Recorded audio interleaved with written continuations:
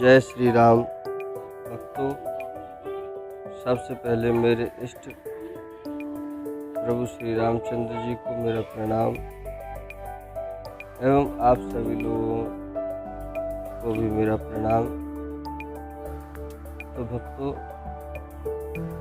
आज श्री रामचरितमानस कथा को आगे की ओर ले चलते हैं।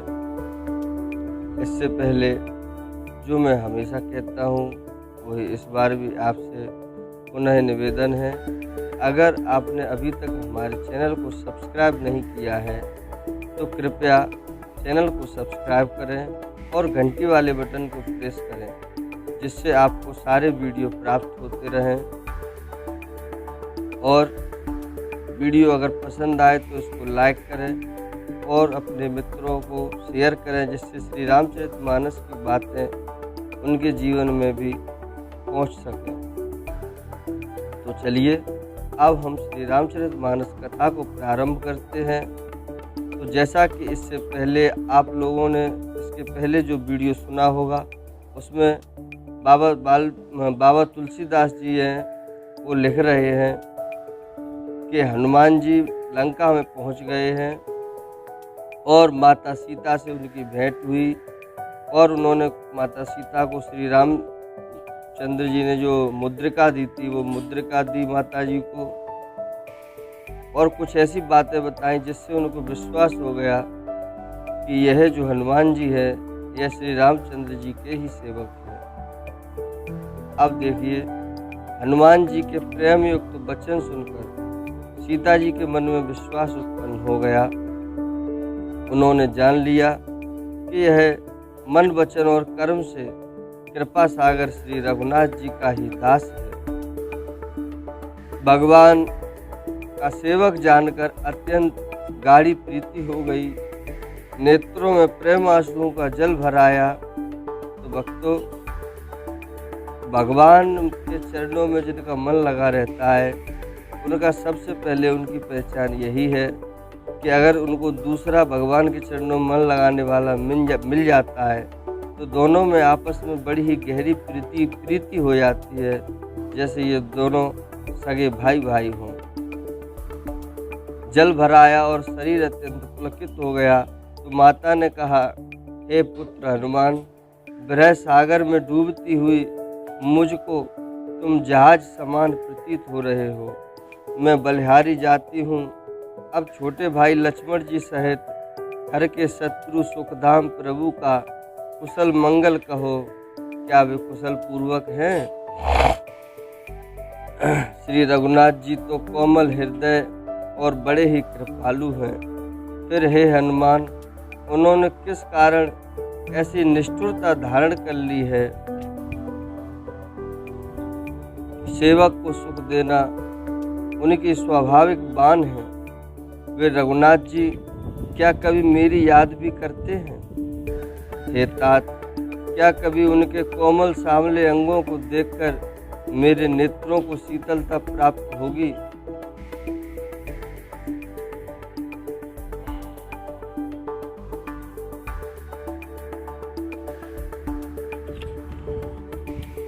मुंह से वचन नहीं निकलता, नेत्रों में विरह के आंसुओं का जल भर आया।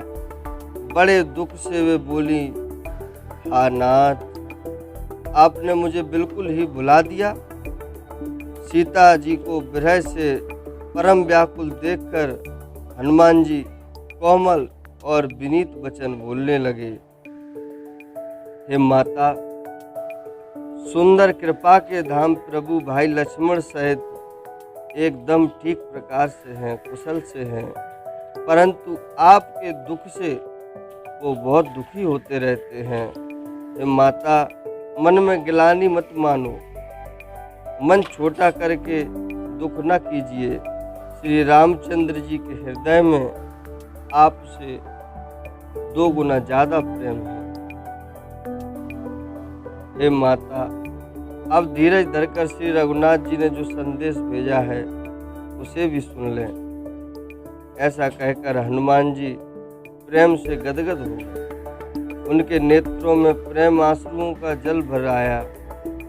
तब हनुमान जी बोले, श्री रामचंद्र जी ने कहा कि हे सीते, तुम्हारे वियोग में मेरे लिए सभी पदार्थ प्रतिकूल हो गए हैं, सभी मेरे खिलाफ हो गए हैं। वृक्षों के नए नए कोमल पत्ते मानो अग्नि के समान, काल रात्रि के समान, चंद्रमा सूर्य के समान हो गया है। चंद्रमा में जो शीतलता रहती है अब वह तपन जैसी प्रतीत होती है, और कमलों के बन भालों के बन के समान हो गए हैं।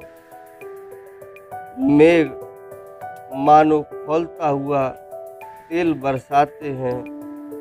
जो हित करने वाले थे वे सब के सब अब पीड़ा सी देने लगे हैं। त्रिविध, शीतल, मंद और सुगंधित वायु सांप के श्वास के समान जहरीली और गर्म हो गई है।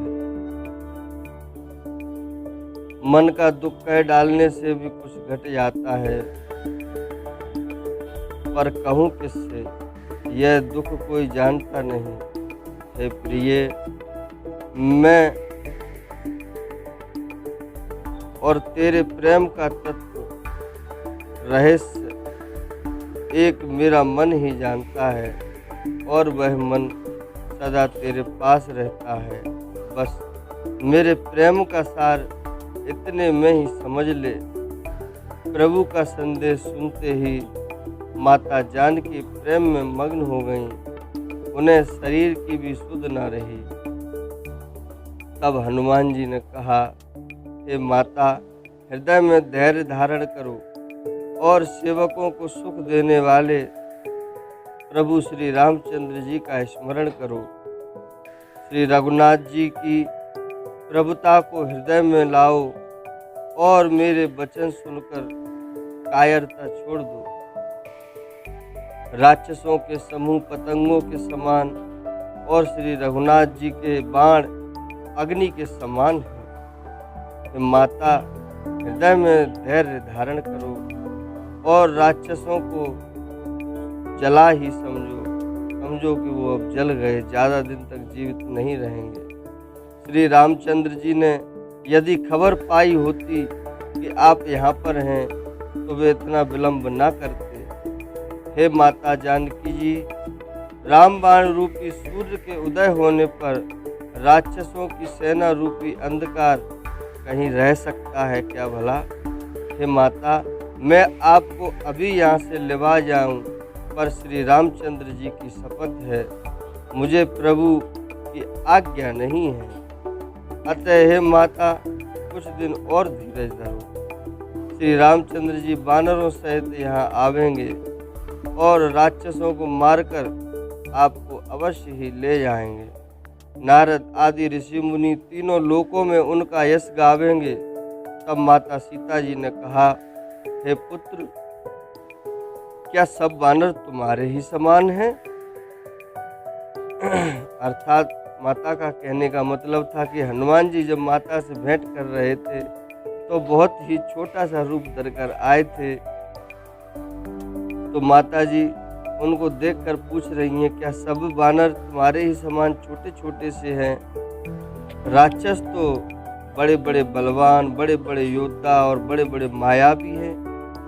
अतः मेरे हृदय में संदेह होता है कि तुम जैसे बंदर राक्षसों को कैसे जीतेंगे, उनका क्या अहित कर पाएंगे। यह सुनकर हनुमान जी ने अपना शरीर प्रकट कर दिया। सोने के पर्वत के सुमेरु के आकार का अत्यंत विशाल शरीर था, जो युद्ध में शत्रुओं के हृदय में भय उत्पन्न करने वाला अत्यंत बलवान और वीर था। कनक भूधराकार शरीरा, समर भयंकर यति बलबीरा। तब उसे देखकर माता सीता को विश्वास हुआ। हनुमान जी ने फिर से छोटा सा रूप धारण कर लिया। अब बोले कि हे माता, वानरों में बहुत बल बुद्धि नहीं होती, परंतु प्रभु के प्रताप से बहुत छोटा सर्प भी गरुड़ को खा सकता है, अत्यंत निर्बल भी महान बलवान को मार सकता है। ऐसा प्रताप है प्रभु श्री रामचंद्र जी का। बाबा तुलसीदास जी ने पहले ही रामचरितमानस की शुरुआत में ही लिख दिया है कि जिनके प्रताप से गूंगा भी बोल सकता है, लंगड़ा भी पहाड़ चढ़ सकता है, ऐसा प्रताप है प्रभु का। तो भक्ति, प्रताप, तेज और बल से सनी हुई हनुमान जी की वाणी सुनकर सीता जी मन में प्रसन्न हुई और उनको संतोष हुआ। उन्होंने श्री राम जी के प्रिय जानकर हनुमान जी को आशीर्वाद दे दिया है। तात, तुम बल और शील के निधान हो।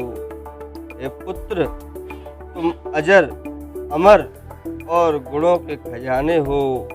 श्री रघुनाथ जी तुम पर बहुत कृपा करें, प्रभु कृपा करें। ऐसा कानों से सुनते ही हनुमान जी पूर्ण प्रेम में मग्न हो गए। अजर अमर गुण निधि सुत होऊ, करहूँ बहुत रघुनायक छोहू।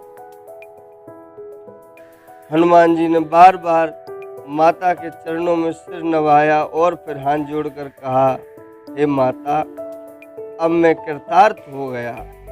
आपका आशीर्वाद अमोघ है, अचूक है, यह बात प्रसिद्ध है। हे माता सुनो, सुंदर फल वाले वृक्षों को देखकर मुझे बड़ी ही भूख लगाई है।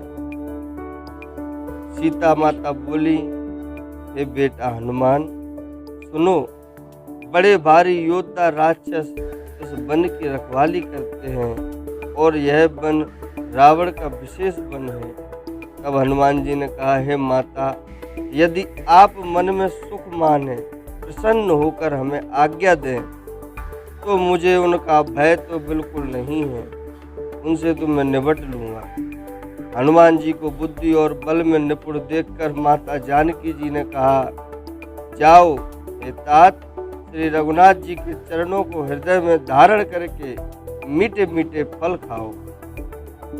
वे सीता जी को सिर नवाकर चले और बाग में घुस गए।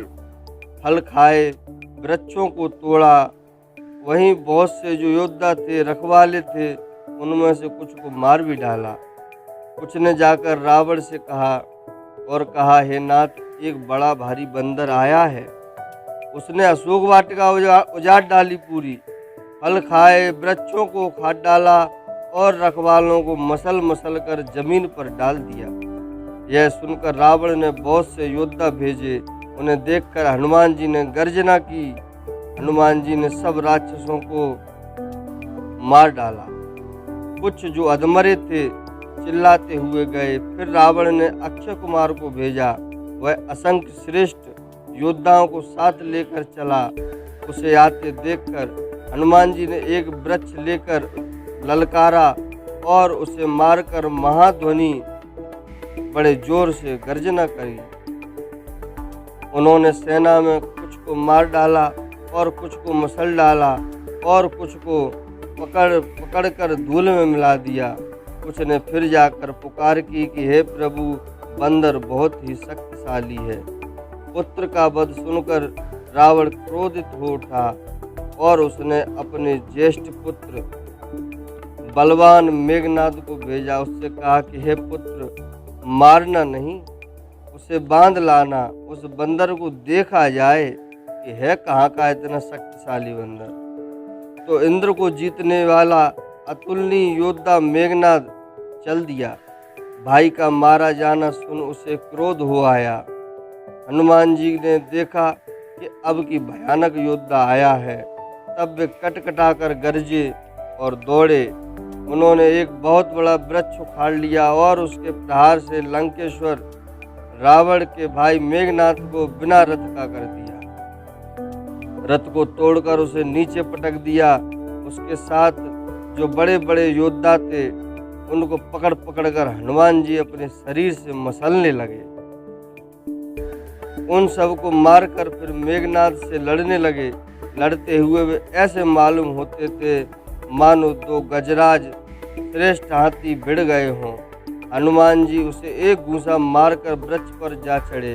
उसकी क्षण भर के लिए मूर्छा आ गई। फिर उठकर उसने बहुत माया रची, परंतु पवन के पुत्र उससे जीते नहीं जाते।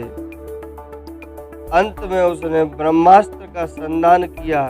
तब हनुमान जी ने मन में विचार किया कि यदि ब्रह्मास्त्र को नहीं मानता हूँ तो उसकी अपार महिमा मिट जाएगी।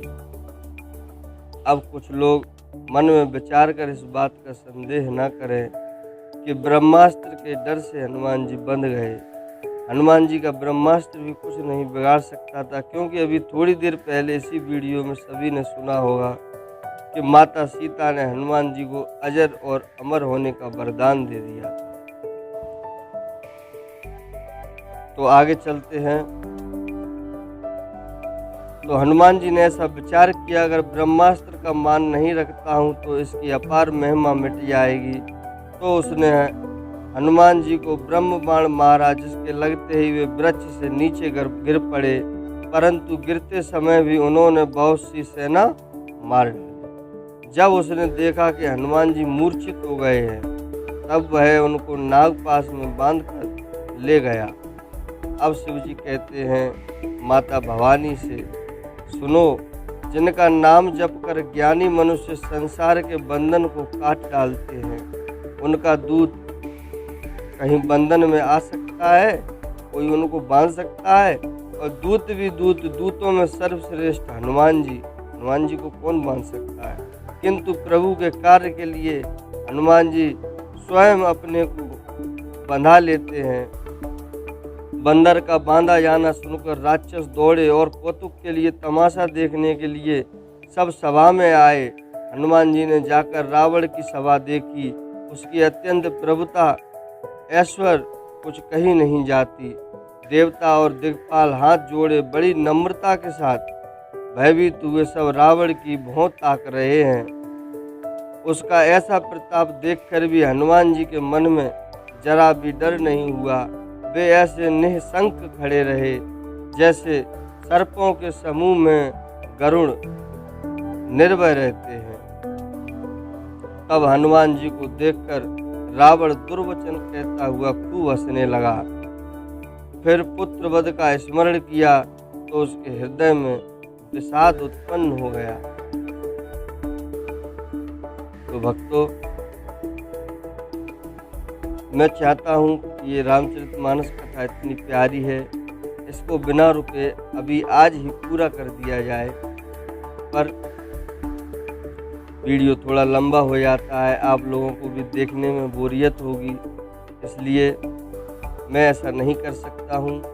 और आप लोगों को भावों को समझते हुए देखते हुए मैं अभी श्री रामचरितमानस कथा को यहाँ पर विराम देता हूँ, और इसके आगे की कथा अगले वीडियो में आप लोगों को मिल जाएगी। तो भक्तों, अभी आज के लिए मैं जाने की आज्ञा दें, और आपसे पुनः अनुरोध कि वीडियो को लाइक करें, चैनल को सब्सक्राइब करें और घंटी वाले बटन को प्रेस करें, वीडियो को शेयर करें। तो धन्यवाद। जय श्री राम।